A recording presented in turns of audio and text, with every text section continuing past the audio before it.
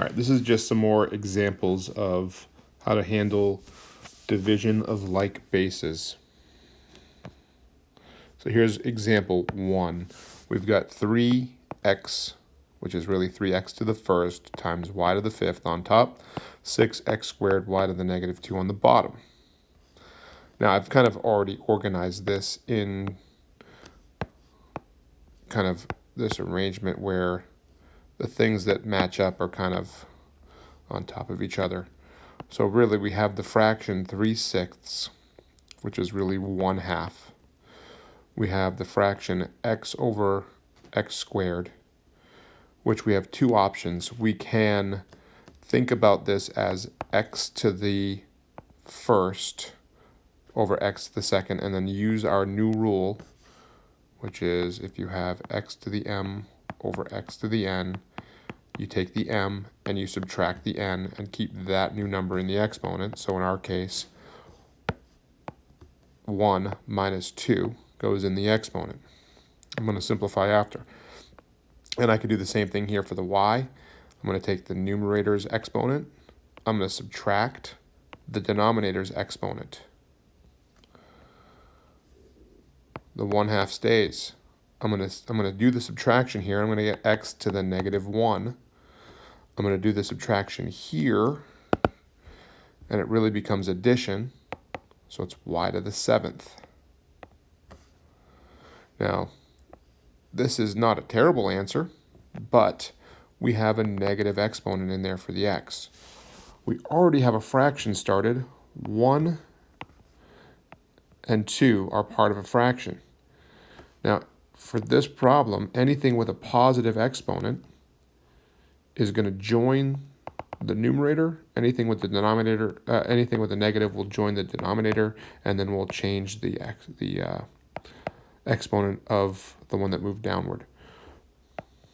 Okay, so this would be our final answer. That's one way to do this problem. Nothing wrong with that technique. Here's how I like to look at it. I like to look at the 3/6, and I just reduce that right off. I keep the whole fraction going.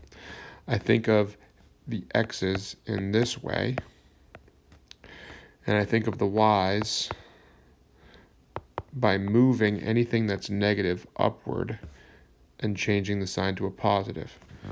Then I think I have an x here, it's going to cancel an x there. And I have 5 y's and 2 y's. So I end up getting 1 y to the 7th, wow, that's a terrible 7, over x, 2x. Same answer. I just think this is a slicker way to do it. Here's a new problem. Again, let's reduce by 3. Divide 9 by 3, I get 3. Divide 15 by 3, I get 5. I have x to the negative 11th divided by x to the 10th.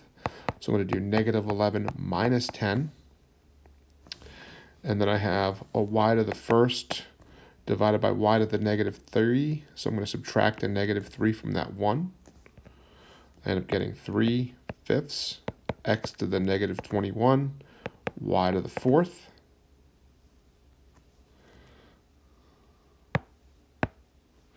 The x is going to go into the denominator. The y is going to go into the numerator. So it's 3y to the 4th, 5x to the 21st. The other technique, again, reduce. So divide the 9 by 3, divide the 5 by 3. Anything that has a negative gets switched. So the things that are going to stay are the y to the 1st and the x to the 10th. The x to the 11th is going to go into the denominator. The y to the 3rd is going to go into the numerator, and we change the exponents. So now the y to the 3 up top and x to the 11th at the bottom. Now we can add these exponents, and the result is exactly the same.